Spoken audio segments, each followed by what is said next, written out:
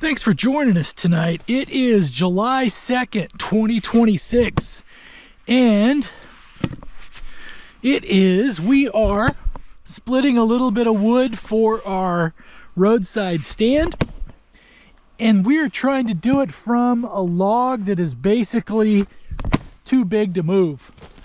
So we're trying to work around the outside edges of it and get some usable firewood. We'll see if we can or not. Usually you can. Want to talk a little bit about why we're doing Hewn. And people, this is a project that's been going on for 4 years. I've had another tech business that I was trying to do at the same time. But the whole time I was doing that, I kept thinking that Hewn may be the most important one. Because if you're watching this and you're in California, there's an 83% chance that you cannot afford the median price home. And if that's part of the American dream, if you look at most other statistics, is that 1957 was the year that the pursuit of happiness piece peaked in the United States. So statistically, every year since then, we have been farther and farther away from people being comfortable that they have the chance of achieving the American dream. And that is just sad.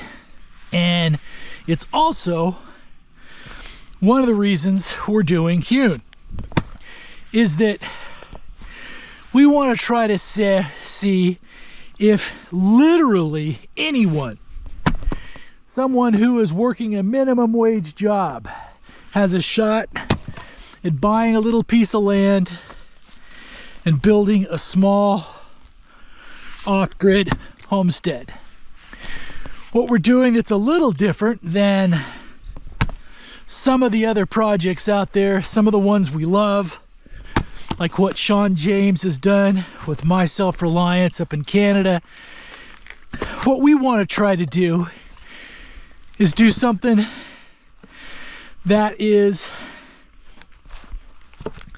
a little different in the fact that we're not off in a remote area. We're in the mountains of California. We're in a small town. From where I am in the mountains right here, obviously if you're in the mountains, there's forests, there's trees, there's everything else. Like, we're at about 4,000 feet up in the Sierra Nevada mountains.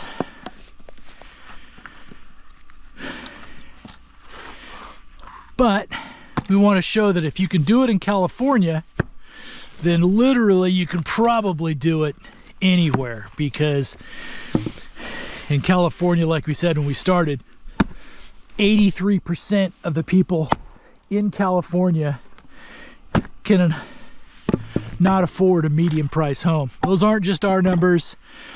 Governor Gavin Newsom put out a press release from his office touting a new program that they're doing to increase home ownership, etc.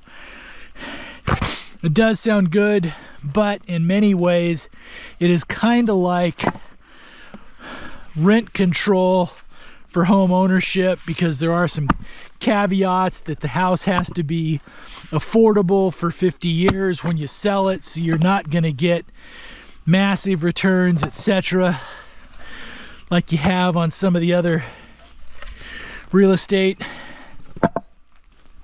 Because some of the stuff in real estate, you got to decide whether it's an actual home or if it's just an investment vehicle with bedrooms and windows. But anyway, that's what this channel is all about. Our project's been going on for way too long. But while we were working on our other tech project, we kept thinking that the most important thing we may be able to do is hewn. Because if kids are so depressed, the younger generations are so depressed about their lives that they are no longer having kids, etc., then as a country, not only are we doomed, then the very premise of what it was for our nation as a country is gone. And that's not okay. What to do with all the bark? Well, in my estimation, bark was just fine. So if you've split wood and you got all this bark and stuff laying around, I think it's wrong to just do the stuff in a burn pile. It's like God gave you the resource, you might as well use it. So I actually burn the bark. I actually like burning the bark. It works just fine. It heats stuff up. Occasionally, if you're using wood as your primary wood source and stuff like that, I don't mind having to actually clean my stovepipe a little more if I can actually make a good use of a solid burnable resource like bark. Bark actually will burn hotter in some instances. So if I'm actually cooking and let's say I need to heat up stuff for coffee, I'll get the fire going on some kindling and stuff like that. I'll throw a few pieces of bark in there as well.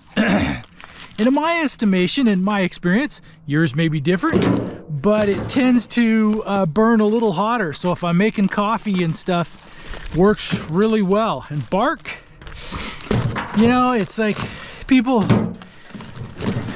you think about how many resources though that we actually just throw away. It's like, there's enough BTUs in this little wheelbarrow full of bark here. You got a couple meals out of that. You don't have to buy anything. It doesn't have to go, you don't have to go anywhere. It's just there. So in some ways, you can have some nice meals and everything else out of something that many other people would just consider scrap.